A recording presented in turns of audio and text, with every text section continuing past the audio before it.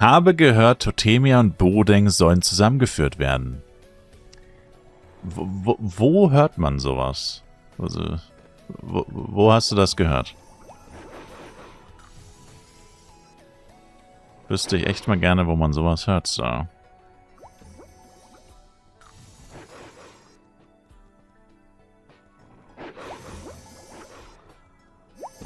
Stimmt das? Nein.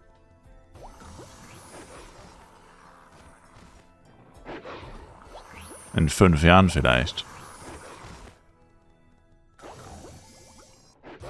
Auf Totemia haben das manche gesagt. Ja, laut Totemia ist Borodeng seit 5 Jahren tot und hat keine Spieler. Dabei ist die Hälfte der Spieler von Totemia Leute, die auf Borodeng gespielt haben. Und nichts Besseres zu tun haben, als Lügen und Hass zu verbreiten. Weil sie nicht akzeptieren können, dass es einen erfolgreichen deutschen Server gibt, von dem sie nicht Teil sind. Weil sie dreckige Verräter sind.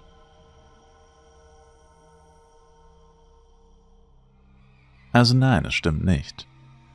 Und wer auch immer das sagt, labert einfach nur Müll.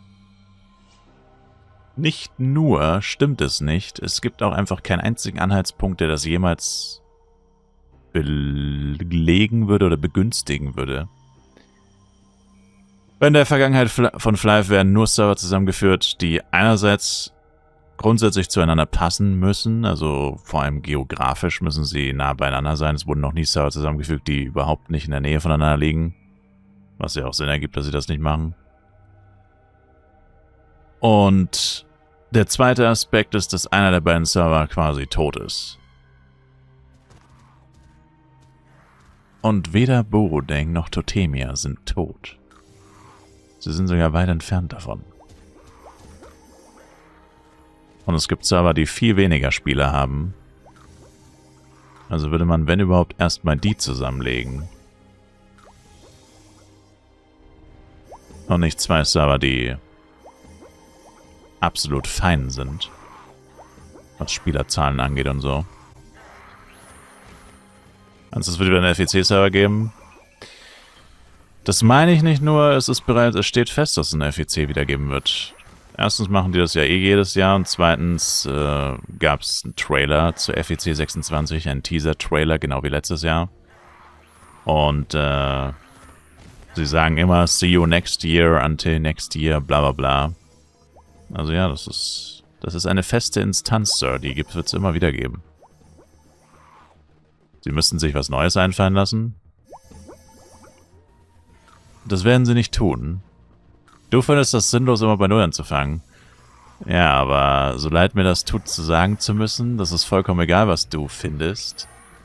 Der FEC 2025 war fast identisch zum FEC 2024. Fast exakt der gleiche Content. Nahezu nichts Neues. Und ich habe erst neulich ein Video gemacht, wo ich die Zahlen verglichen habe. Und die Server haben quasi auch noch identisch performt.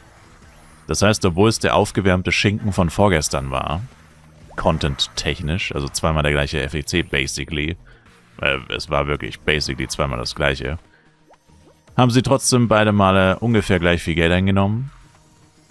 Das heißt, den Leuten ist das ziemlich scheißegal, ob das immer das gleiche ist. Und der nächste FEC hat ja neuen Content. Also, so leid mir das tut, Sir. Aber die allermeisten Leute haben damit kein Problem. Vor allem nicht, wenn es was Neues gibt. Und diesmal gibt es ja was Neues.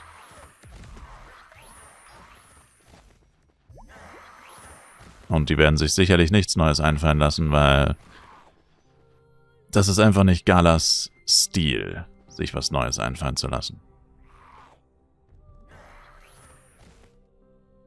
Das ist nicht ihr Stil. Die machen eigentlich so lange immer das Gleiche, bis es absolut nicht mehr funktioniert. Erst dann lassen sie sich was Neues einfallen.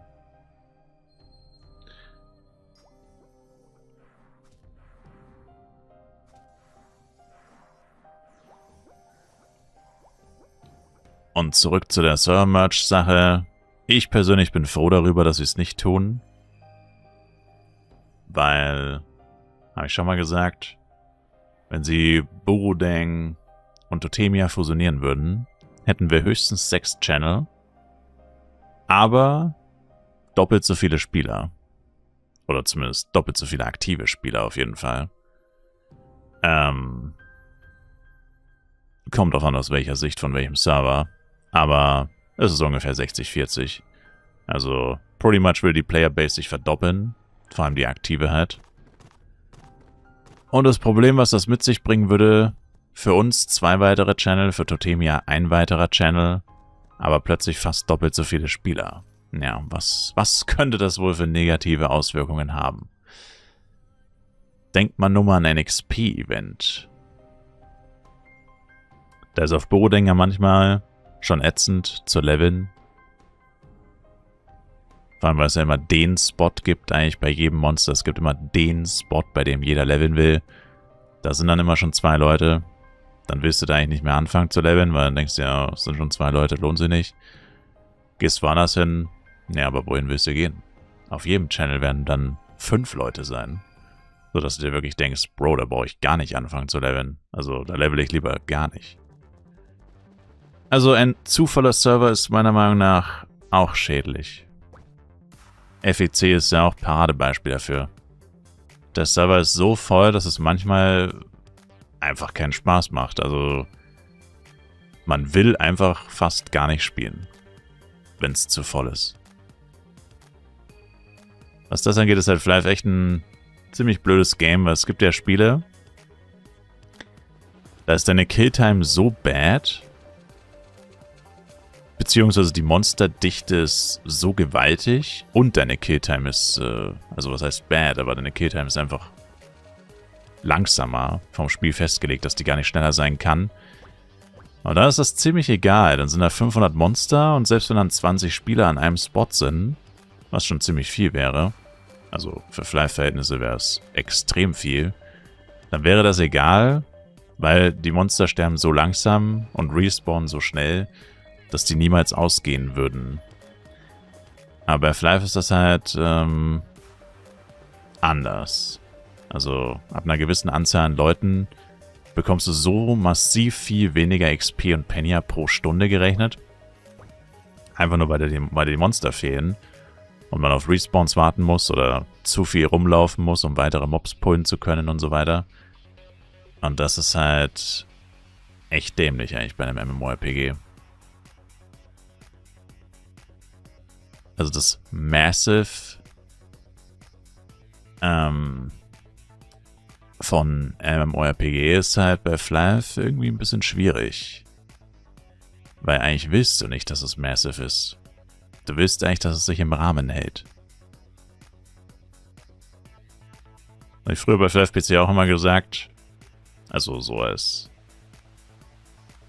wie sagt man, so als, um zumindest irgendwas zu haben, wo man rechtfertigen kann, ach, die Glory Days sind vorbei. Aber es ist ja nicht so schlimm. Eben deswegen. Weil so konnte man wenigstens in Ruhe farmen und so. Und es hat sich immer gelohnt, wenn man gefarmt oder gelevelt hat. Weil man seine Ruhe hatte.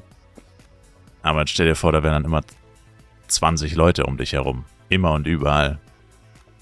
Das ist bei Fly halt schon ein bisschen dämlich. Dass es dann aktiv deine XP verschlechtert und so. Weil du weniger Monster tötest. Im Fly Universe betrifft das zwar vor allem 1v1, vor allem AOE. Bei Fly PC hat ja jeder 1v1 gespielt, oder fast jeder. Oder da war die Meta 1v1. Da hätte man es vielleicht noch ein bisschen eher verkraften können, solange es nicht viel zu viele Leute sind. Bei andererseits hat man im Fly PC die Monster auch getwo-shottet oder gewone-shottet. Eigentlich. Von dem her hat es dann da eigentlich auch gestört. Ja, es ist schon schwierig. Eigentlich ein blödes Game-Konzept, weil das Spiel selber festlegt, zu viele Leute sind eigentlich eher schlecht. Das sollte ja bei einem MMORPG eigentlich nicht sein, dass du sagst, wenn zu viele Leute spielen, ist das eher schlecht. Aus der Sicht des Spielers. Weil es dann weniger Spaß macht und sich weniger lohnt. Das sollte so nicht sein.